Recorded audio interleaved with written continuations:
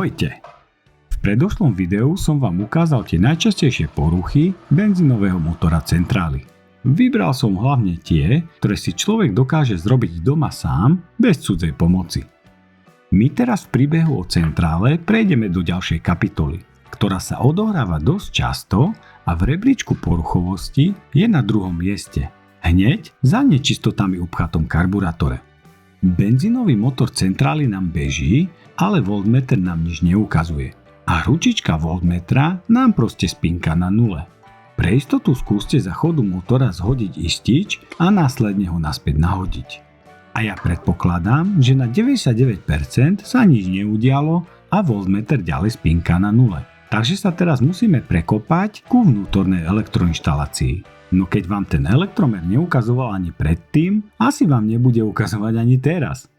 Keď ste ale neistí, či elektromer ukazuje správne, tak si napätie musíte zmerať s multimetrom. Ja si celú centrálu rozoberiem, aby som mal ku všetkému lepší prístup, viacej svetla a aby ste aj vy všetko lepšie videli. Nikto asi z vás nechce, aby si s ním elektrika podala ruky a riadne vás vytriasla. Preto všetky úkony, pri ktorých sa budete dotýkať časti pod napätím, tým myslím 400 a 230 V, robte vždy len pri vypnutej centrále, aby sa vám nič nestalo. Predtým, ako sa do tej elektriky pustíme, musíme ale aspoň troška pochopiť, ako tá centrála funguje. Elektrická centrála sa skladá z benzínového alebo dízlového motora, ktorý poháňa generátor. A generátor premieňa mechanickú energiu na tú elektrickú. Generátor sa skladá zo statora, ktorý niekedy tvorí aj samotný obal generátora. A vo vnútri statora sa točí rotor. Proste stator stojí, je statický a rotor rotuje, takže sa otáča. Je tu tiež predný panel, na ktorom sú zásuvky na 230 až 400 V.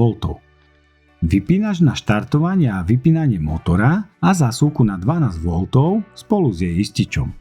V zadnej časti generátora sa pod krytom ešte nachádza elektronika, ktorá reguluje napätie.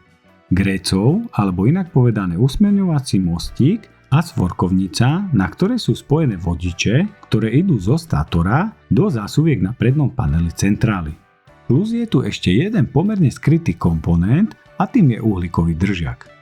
V držiaku sa nachádzajú dva uhlíky, ktoré sa opierajú o dva medené alebo mosázne krúžky, ktoré sa nachádzajú na rotore.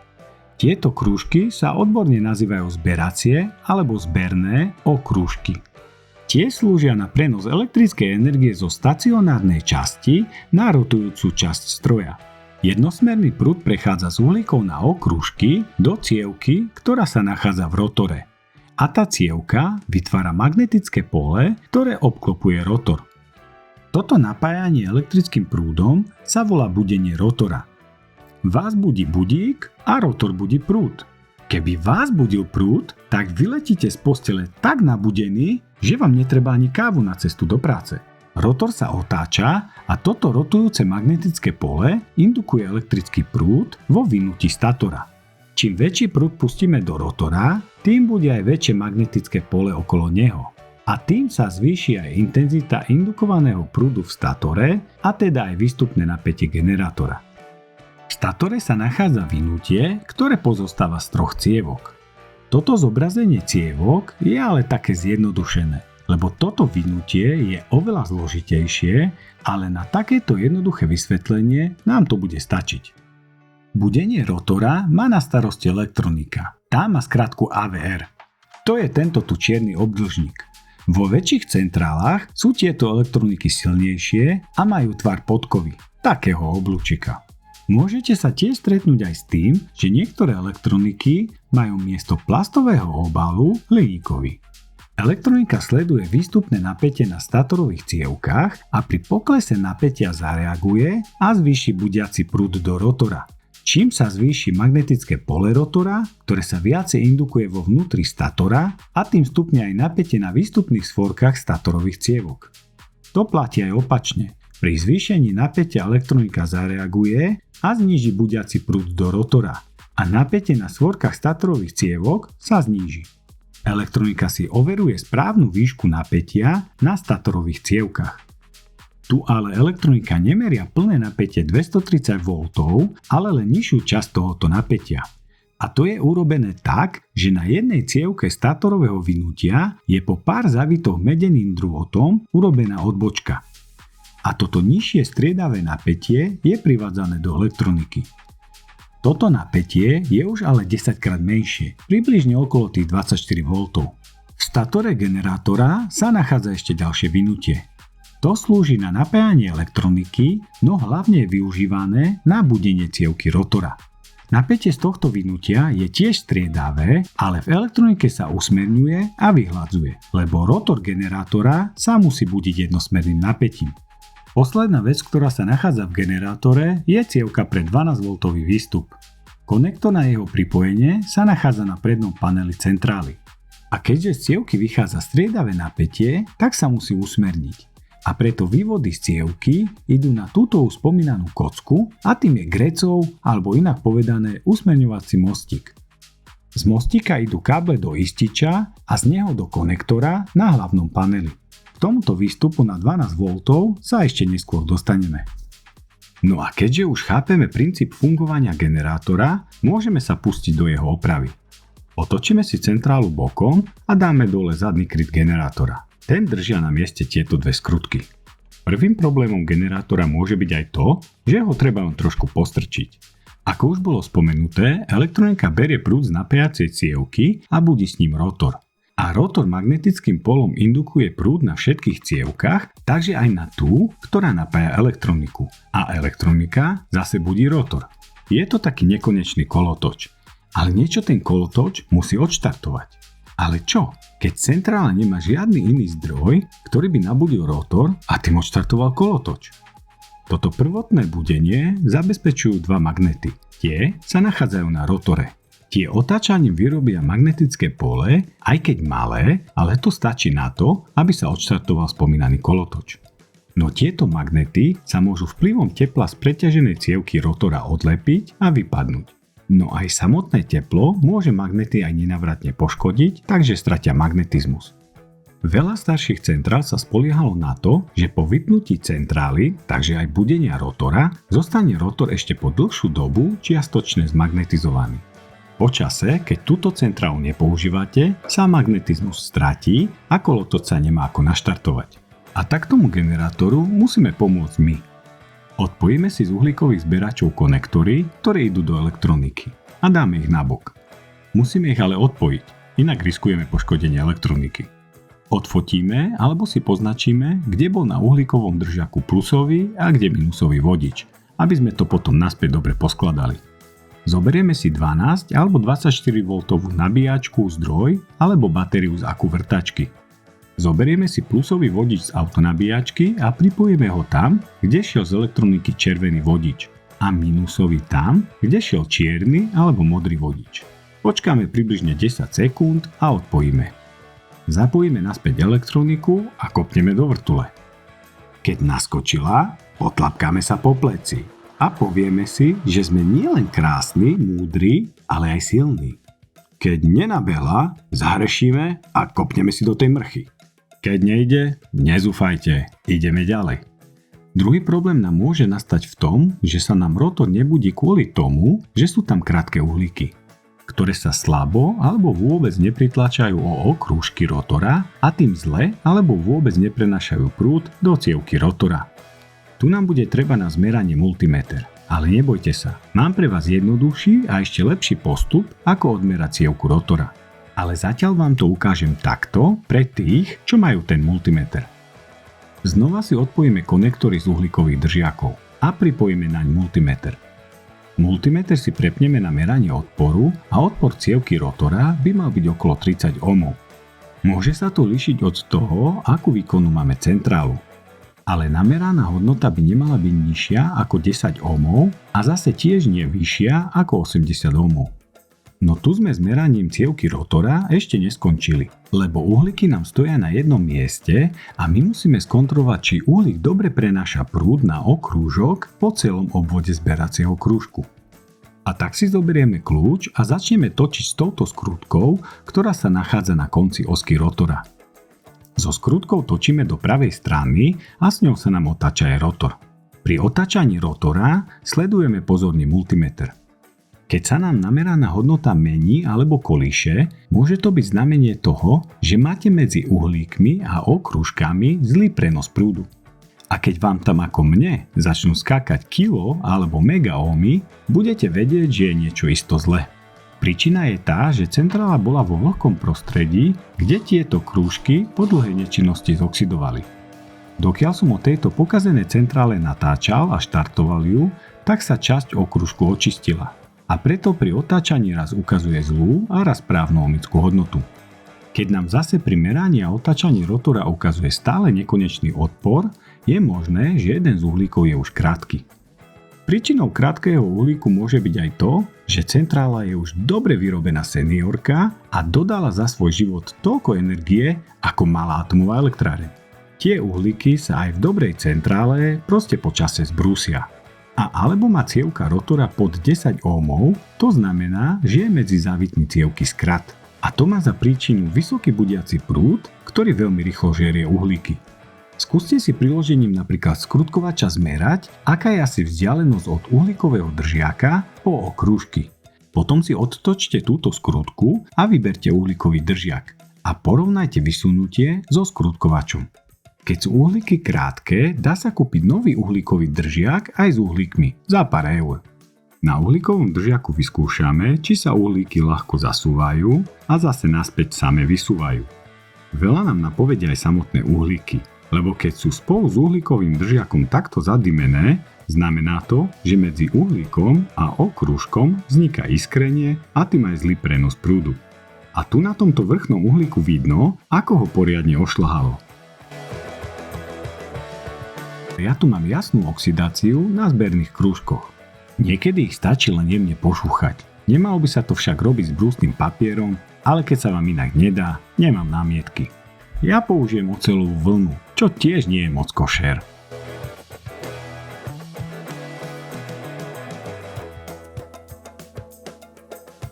Okružky môžete tiež opatrne obrúsiť jemným pilníkom.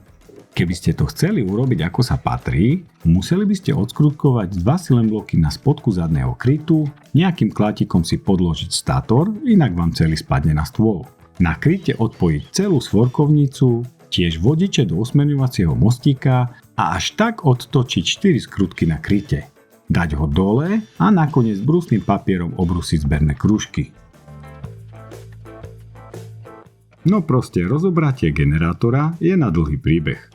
Hlavne treba dávať pozor pri vyberaní statora, aby ste pri jeho vyťahovaní a skladaní nepoškodili cievku rotora alebo statorové cievky. Lebo poškodiť ich je veľmi jednoduché a netreba na to ani školu.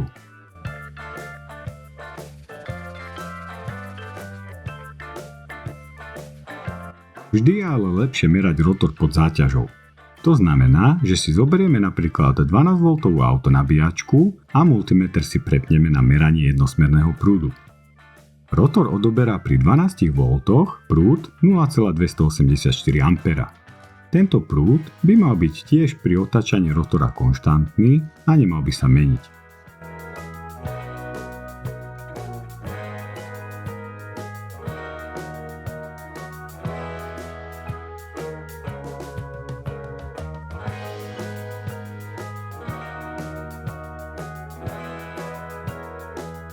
Rotor sa ale dá zmerať aj bez meracieho prístroja. A ešte lepšie ako s ním, lebo ten môže niekedy klamať. Na to budeme potrebovať 12V, najlepšie 3W žiarovku. Tu má hádam každý z nás v náhradných žiarovkách pre auto. Hádam. Kabliky si môžete o žiarovku priletovať alebo ich len tak obtočiť a zalepiť páskou. Ako zdroj použijeme 12V autonabíjačku alebo laboratórny zdroj a žiarovku si pripojíme podľa tejto schémy. Keď zapneme nabíjačku, mala by sa nám žiarovka rozsvietiť. Mala by ale svietiť slabšie. Keď svieti naplno, znamená to, že máme v rotore skrat. A keď nesvieti vôbec, je cievka rotora prerušená.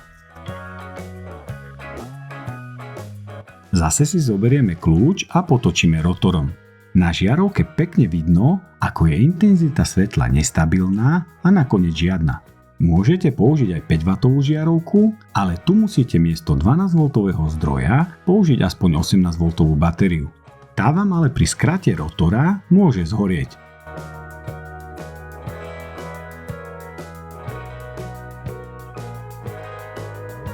Ďalším problémom, ktorým som možno mal po odobratí zadného krytu generátora začať, je to, že sa pozrieme na cievky rotora a statorové cievky. Ale mne to takto vo výklade lepšie pasovalo. Farba lakovaného medeného drôtu by mala byť farby karamelu. Nie úplne hnedá a istotne nie čierna. Môžete si odmontovať aj elektroniku, aby ste na cievky lepšie videli.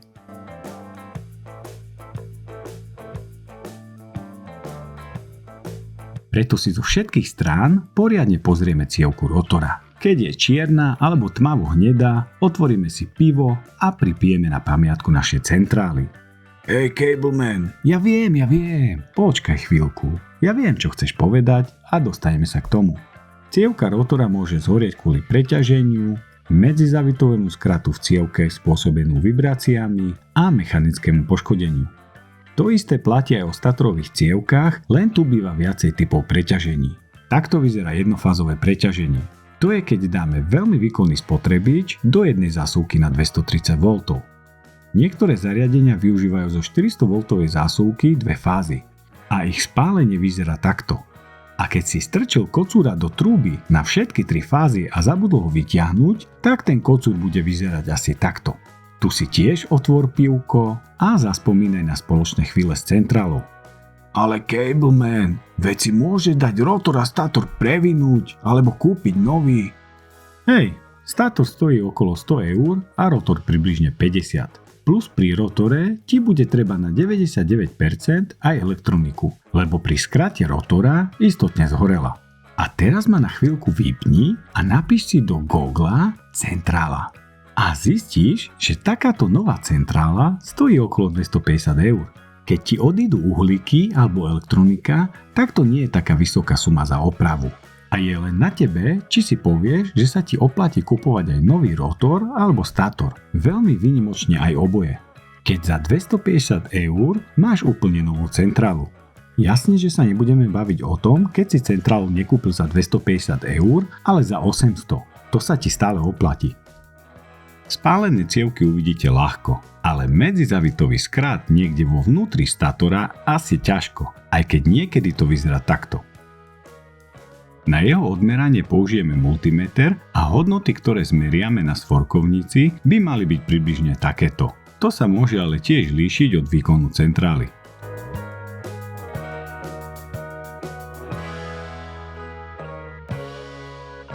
Tiež zmeriame, či nemáme cievky statora spojené s kostrou. To sa volá prieraz a naznačovalo by to poškodenie cievky a tiež jej izolácie. No a poslednou vecou, ktorá sa môže na centrále pokaziť a je veľmi častá, je elektronika. Ukážem vám, ako ju zapojiť a otestovať, či je dobrá alebo zlá. No predtým si ešte odskúšame, či nám okrem elektroniky generátor správne funguje. Lebo sa môže stať, že máte niečo v skrate a tým novú elektroniku pošlete priamo do väčšných lovišť. Na konce dvoch vodičov si pomocou kliešti alebo krimpovacích kliešti pripevníme autokonektory, ale samice. Tie si pripojíme na uhlíkový držiak. Keď nič z toho nemáte, môžete si o výstupné svorky uhlíkového držiaka vodiče len obtočiť. Zase si zoberieme 12V nabíjačku, zdroj alebo batériu. Väčšinou býva plus pol na ľavej strane a niekedy je to poznačené aj na uhlíkovom držiaku, alebo tam, kde šiel z elektroniky červený vodič. Tam dáme plus pol z nabíjačky a minus zase na opačnú stranu. Rotor máme odmeraný žiarovkou alebo multimetrom a preto sa nemusíme báť, že máme rotor v skrate a prdne nám to. Ja si k nabíjačke pripojím aj žiarovku, aby ste videli, kedy sa rotor budí a kedy nie. Na voltmetri pekne vidno, že oproti vypnutému stavu tam aj bez budenia nejaké to napätie je. To vytvárajú spomínané magnety na rotore, ktoré rozbehnú kolotoč. Po pripojení budenia napätie na voltmetri trocha stúpne, ale 400V to nie je ani zďaleka. Na rotor môžete kľudne pripojiť aj 18V batériu z aku vrtačky.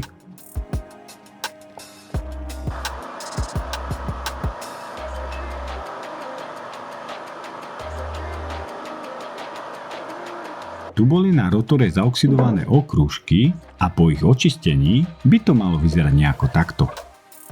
Napätie na voltmetri by malo byť približne 20 krát väčšie ako napätie, ktorým budíme rotor, plus minus 30 V.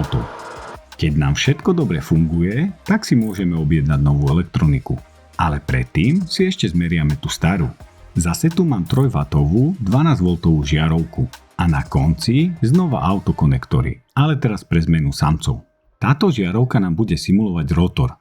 Žiarovku si s týmito konektormi pripojím do elektroniky namiesto uhlíkového držiaka. Mohol by som tam zase dať merací prístroj, ale pod záťažou je to oveľa lepšie testovať. Do tohoto druhého konektora budeme zase potrebovať 4 autokonektory samice, ja som si ich vybral z várnej elektroniky do kolobežky. Všetky 4 si napicháme do konektora. Jeden pár konektorov je napájacia cievka pre elektroniku a budenie rotora. Druhý pár je odbočka z jednej cievky hlavného vynutia statora, na ktorej elektronika sleduje napätie. A zapojenie by malo byť takéto. Keď ale máte iný typ centrály, zapojenie konektora zistíte jednoducho. Vždy len 2 konektory medzi sebou by nám mali ukazovať hodnoty. Zoberieme si merací prístroj alebo žiarovku so zdrojom. 2 konektory by mali mať medzi sebou vyšší odpor okolo 7 ohmov. To je napájacia cievka, tá ale nemá nič spoločné s hlavnými cievkami statora, ktoré dávajú 400 V. A druhé 2 konektory by mali mať medzi sebou nižšiu ohmickú hodnotu okolo 1,5 ohmu. To je cievka, na ktorej elektronika sleduje napätie. Tá je spojená s hlavnými cievkami, čo by nám mal ukázať aj merací prístroj. Ale u klasických centrál tohoto typu by mala byť napájacia cievka na konektoroch, ktoré sú bližšie ku zámku konektora. Tá druhá, sledovacia, na druhých 2, ktoré sú na opačnej strane od zámku konektora. No a teraz nám treba 2 zdroje. Jeden regulovateľný a jeden môže byť pevný, neregulovateľný, napríklad 12V batéria. Tá bude nahrádzať napájaciu cievku elektroniky a budenia. Keď pripojíme konektory na batériu, žiarovka by sa mala okamžite rozsvietiť. Miesto druhej meracej cievky si napojíme regulovateľný zdroj.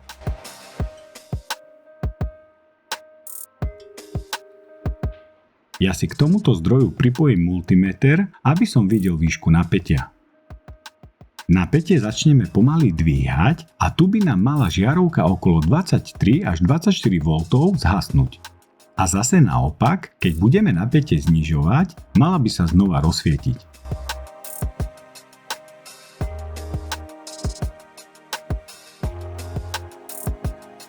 Keď nemáte 12V batériu, kľudne môžete miesto napájacej cievky elektroniky použiť batériu z aku vrtačky. Nič sa tým ale nezmení, len žiarovka bude svietiť trocha jasnejšie.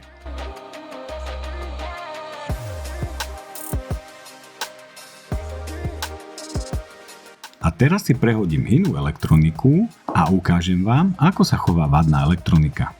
Tá po pripojení napájacieho zdroja vôbec nerozsvieti žiarovku a alebo ju vôbec nevypne. Pomaly dvíham napätie a elektronika vôbec nereaguje. To mám pritom už napätie až 36 V. Tu bude v tejto elektronike odpálený koncový tranzistor. Na elektronike sa nachádza trimmer, to je toto tu modré čudo. S ním sa nastavuje výška výstupného napätia. To napätie sa dá s týmto trimmerom veľmi presne nastaviť, ale to si ukážeme už na centrále. A keďže máme vadnú elektroniku, tak si objednáme novú. Tu nám treba ale nastaviť, lebo od výroby je väčšinou nastavená iba na polovičné napätie. Do elektroniky naspäť zapojíme veľký konektor a na uhlíkový držiak tie 2 malé. Nezabudnite ale na správnu polaritu.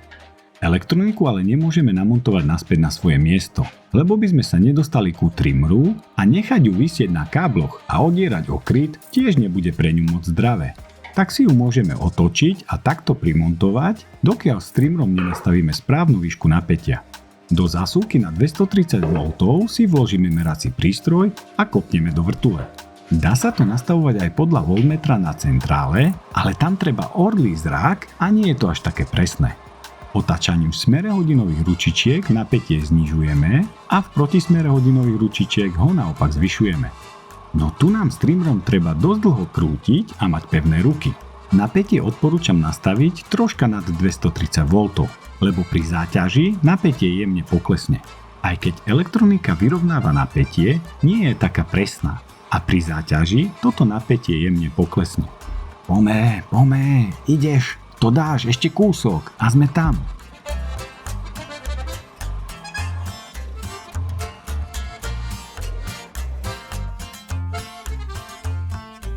Paráda! Môžeme vrátiť elektroniku na svoje miesto. Vrátime zadný kryt generátora s mriežkami tak, aby nám otvory na mriežkach smerovali nadol. Tak a je opraveno. Otvoríme si na našu slávu pivo a pochválime sa našej polovičke s tým, že sa nám centrálu podarilo opraviť. A zakončíme to legendárnou vetou: vidíš, akého máš šikovného chlapa? Ešte šťastie, že ma máš. Do tohoto videa som ale nedal všetky poruchy, ktoré môžu na centrále nastať. Je ich ešte pár. Sú to skôr ale také anomálie, ktoré môžu nastať výnimočne a aj keby som vám vysvetlil, ako ich určiť a odhaliť, tak aj tak by ste ich asi nedokázali opraviť. Ale keď máte s niečím problém, tak mi napíšte na mail pod videom. Mám tu ale pre vás ešte pár rád. Kupujte si centrálu podľa toho, na čo ju chcete používať. To je asi také logické. Niektorí výrobcovia centrál sa predbiehajú v písaní nereálnych výkonových parametrov na výrobné štítky svojich centrál. Ja len čakám, že za chvíľu uvidím na štítku centrály toto. Reálne majú malé centrály výkon generátora okolo 3,5 kW do maximálne 4 kW. To znamená, že prúd na každú fázu je cca od 5 do 5,5 A. Z toho vychádza, že pri trojfázovej centrále, ktorá dáva napätie 400/230 V, môžete naraz z každej zásuvky na 230 V odoberať maximálne 5,5 A. To je na každú zásuvku necelých 1300 W. A to je málo. Preto sa rozhodnite, na čo konkrétne chcete tú centrálu používať. Lebo keď vám netreba trojfázovú zásuvku na 400 V, tak si kúpte centrálu ako je táto moja, ktorá vyrába iba 230 V. Tu je výkon generátora tiež iba 4000 W, ale táto centrála nemá vynutie státora, ktoré pozostáva z 3 cievok, ale iba z jednej. Za to dokáže dať zo seba výkon 4000 W, čo je pri 230 V prúd až 17 A. Nech vás ale neplete to, že má pri každej z dvoch zásuviek napísané 16 A, lebo toto nie sú samostatné zásuvky, kde každá dáva 16 A. To hneď pochopíte, keď dáte dole predný panel a zistíte, že sú tieto zásuvky medzi sebou prepojené. Ja túto centrálu používam tam, kde nie je možnosť sa pripojiť na verejnú sieť. A najčastejšie ju používam na napájanie invertorovej zváračky. Tu by som si s trojfázovou centrálou ani neškrtol. Už tá moja dostáva pri zváraní riadne zabrať a trasie sa ako osika. Tá moja centrála by tiež nezvládla tú zváračku, na ktorej môžem zvárať až na 75 A, keby nebola trošku upravená. Tu vám poradím fintu, ktorú som vám ale nikdy neporadil a je to zlá rada. Žmurk. Zvýšením otáčok benzínového motora sa dá zvýšiť výkon generátora. Benzínový motor centrály má rýchlosť otáčania hriadele, čiže aj generátora, približne 3000 otáčok za minútu. Tieto konštantné otáčky udržuje regulátor, ktorý je veľmi dôležitý, lebo pri zaťažení generátora by sa menili aj otáčky. A otáčky generátora určujú frekvenciu siete. Nad karburátorom sa nachádza skrutka so spružinkou. Jej otáčaním smerhodinových ručičiek zvyšujeme otáčky benzínového motora. Ale má tu jeden malý háčik, lebo niektoré zariadenia sú navrhnuté na 50 Hz sieť. A zmena tejto frekvencie im môže spôsobiť problémy.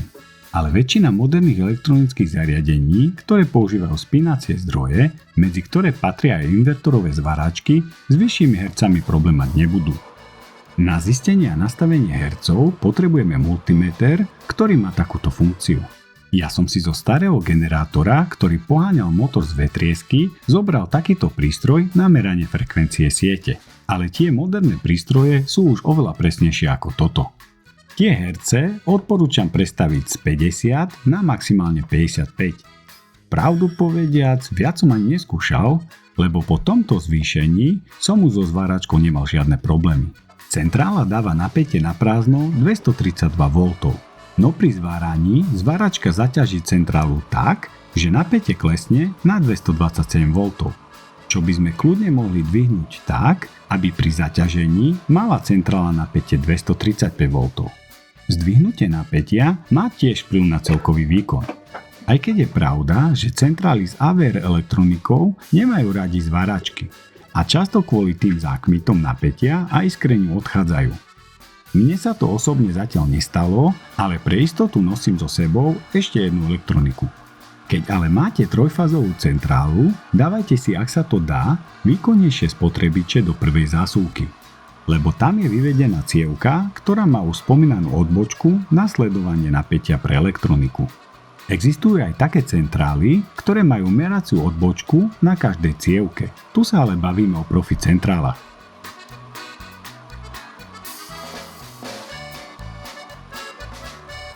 Ja viem, že keď niekto chce zvárať tam, kde nie je verejná sieť, tak by si mal kúpiť takýto originálny zvárací generátor. Sú také, ktoré majú výstup iba na zváranie elektródov, no sú aj také, ktoré majú vývod na zváranie elektródov a tiež zásuvku na 230 V. Taká pekná multifunkčná mašinka. Ale ruku na srdce, komu by sa chcelo toto hovedo niekde vláčiť a nakladať do auta? Pri porovnaní s týmto je moja centrála s prezývkou Púpavka kabelkové vydanie.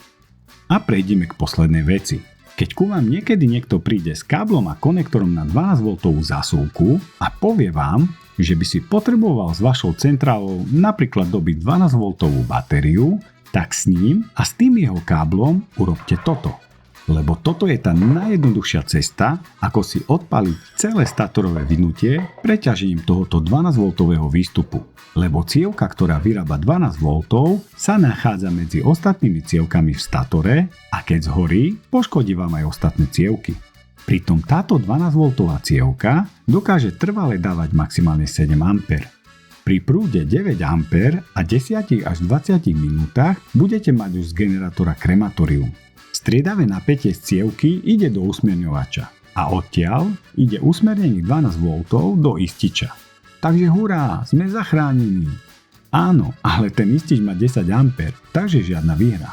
Pritom spredu je na niektorých centrálach napísané maximálne 7 A, tak potom nechápem, prečo tam potom nedávajú aj 7 A istič. Ja to riešim tak, že keď s tým majiteľ súhlasí, tak tento 12V konektor odpájam, aby sa predišlo takýmto zbytočným nehodám.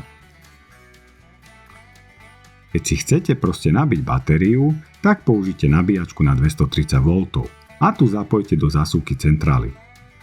Keď ale chcete mať niečo na nabíjanie batérie tam, kde nie je verejná sieť, môžete si vyrobiť takúto jednoduchú benzínovú nabíjačku z dvojtaktného alebo štvortaktného motora. Keby bolo tieto benzínové nabíjačky záujem, môžem o nich natočiť aj video.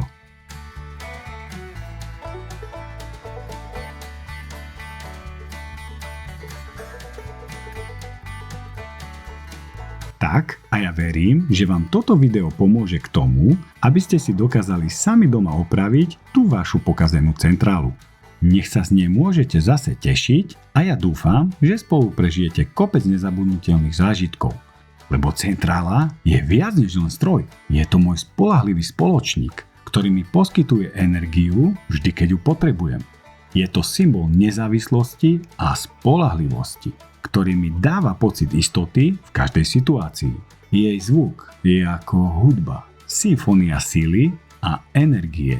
Vďaka nej môžem pracovať a žiť bez obmedzení, aj bez verejnej siete. Je to proste láska na celý život. Tak tebe riadne ide. Básnické črevo. Čaute.